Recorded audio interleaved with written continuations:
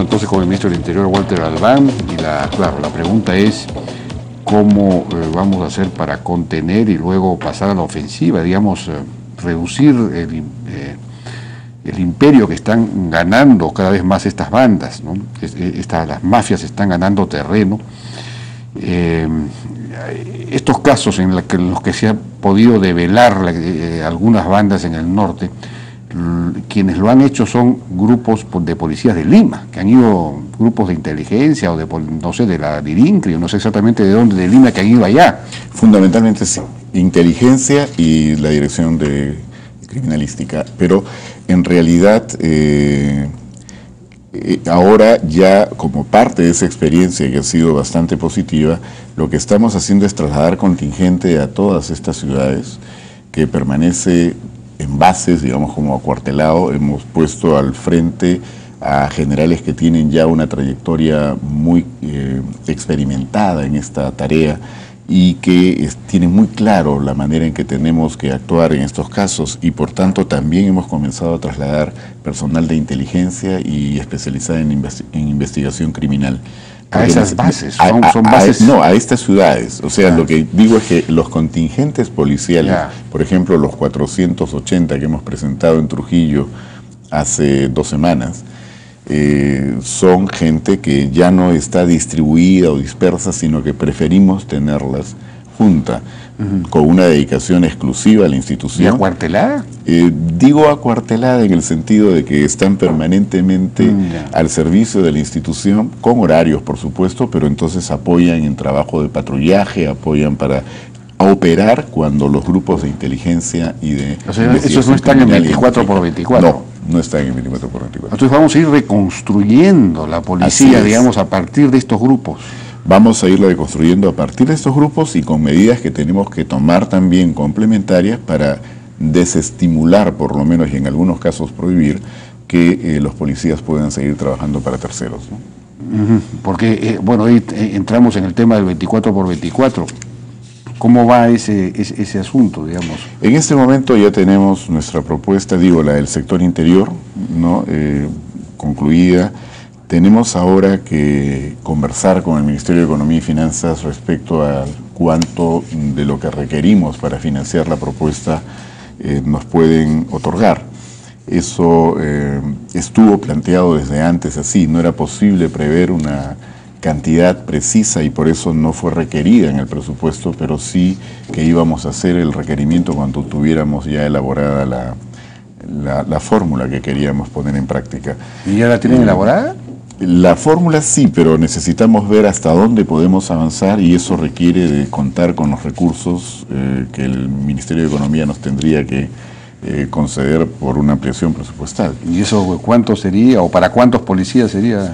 Bueno, nuestro objetivo es que por lo menos podamos contar con unos 15.000, como lo conversamos alguna vez en este programa, en esta primera etapa, ¿no? 15.000 este año. Este año, ¿no? Y diríamos pronto, en los próximos meses.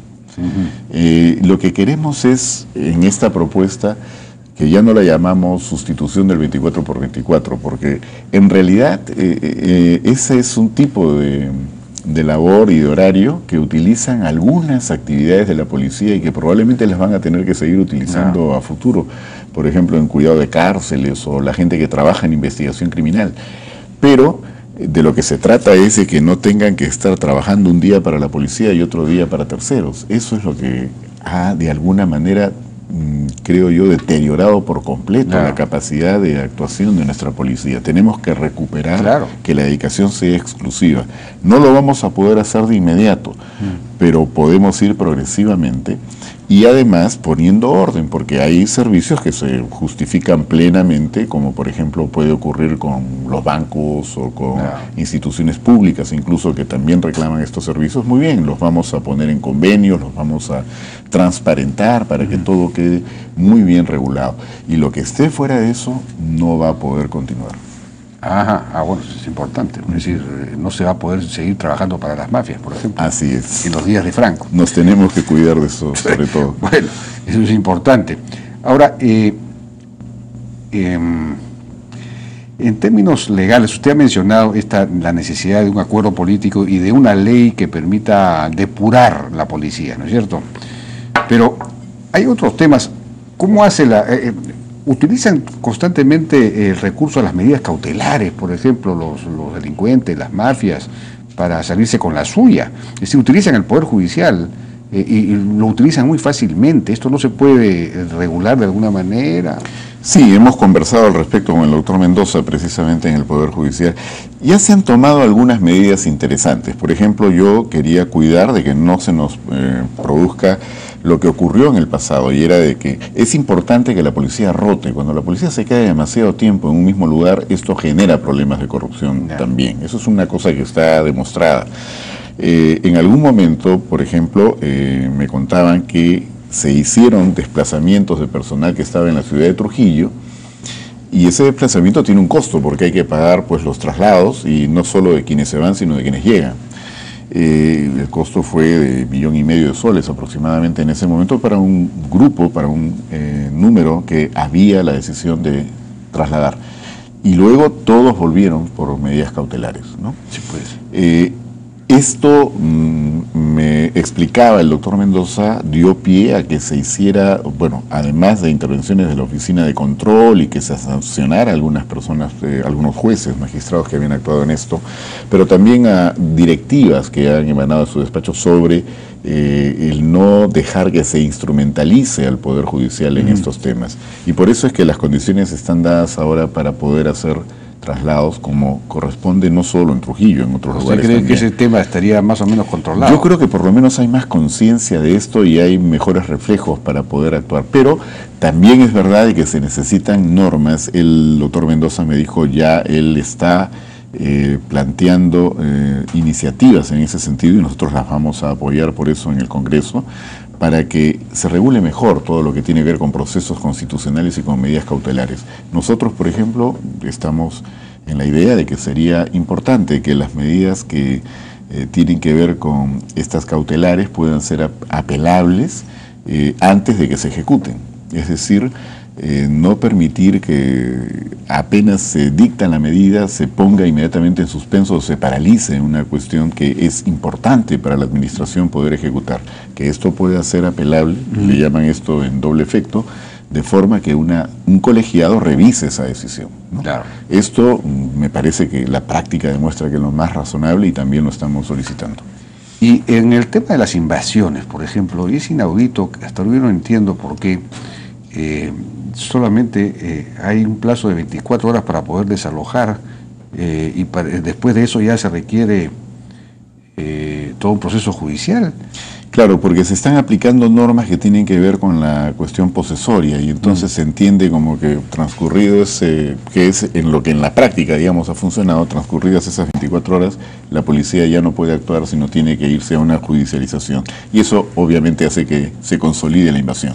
No. Estamos trabajando también para modificar eso. Originalmente estábamos viendo la cuestión de modificar la normatividad, pero según un informe que encargué a gente especializada en esto, me dicen que hay maneras de poderlo implementar incluso sin esa norma, pero con una buena coordinación con las instituciones. Lo estamos trabajando por eso, es decir, para ponerlo en práctica. Para extender ese plazo. Para extender ese plazo y no permitir que se consoliden estas invasiones. Yo creo que es fundamental que se rompa ese criterio de que aquí estamos con lo que podría ser un pleito particular de una vivienda, digamos, de alguien que quiere ocuparla sin tener título legítimo para eso. Pero acá estamos hablando del fenómeno de las invasiones, que además no son las invasiones del pasado, de gente que requería esto para poder instalarse, poder vivir. No, acá hay tráfico de terrenos. Se invaden, además, no es casual, terrenos que tienen un valor real, actual o muy próximo. Ahora hemos tenido que instalar una base policial también en Arequipa como consecuencia del proyecto Siguas Majes. Inmediatamente el valor del terreno ha subido y entonces habían comenzado ya las invasiones. Claro, sí, entonces hemos tenido que ir a parar o poner freno a esas invasiones. Pues. Y hemos creado también dos bases, una al sur de Lima y otra al norte, para también parar invasiones que se estaban ya realizando con mucha frecuencia en esta zona, bueno, que tienen lugar aquí y que hay que ver cómo frenar, ¿no? El tema, ya para ir terminando, de las extorsiones, que por lo menos en el norte está sumamente difundido. Yo conozco casos de empresas que no pueden publicar nada en ningún periódico acerca de los servicios que ofrecen, porque entonces les caen inmediatamente con una extorsión. Es decir, eso está frenando eventualmente el desarrollo económico, ¿no? Porque ya muchos no se atreven o no, ya no se inhiben de adoptar, de crecer o en fin, de emprender alguna clase de aventura empresarial porque por temor a la... Entonces, esto es una cosa terrible. ¿Qué se va a hacer para...? Bueno, ya lo estamos haciendo. La idea de trasladar estas bases al norte, precisamente era porque ahí se concentraba mucho de este tema de extorsión y sicariato, es que puedan actuar, como dije, en función de la tarea que desarrolla inteligencia y la investigación criminal.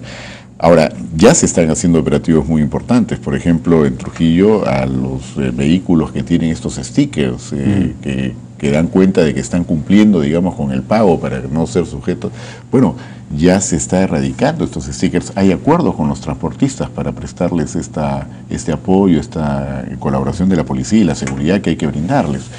Pero a la par estamos identificando, hace poco han caído bandas muy importantes allí y pronto van a caer otras.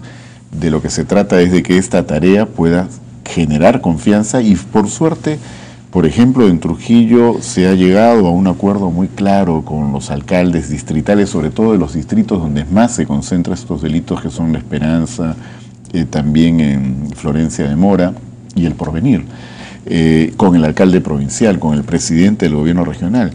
Me dicen que están dispuestos, el alcalde provincial me decía que por ordenanza, por ejemplo, se prohíba que las motos lineales circulen por cualquier parte y sobre todo que aquellas que tienen mayor cilindraje vayan 2 pasajeros, porque es importante que eso se controle.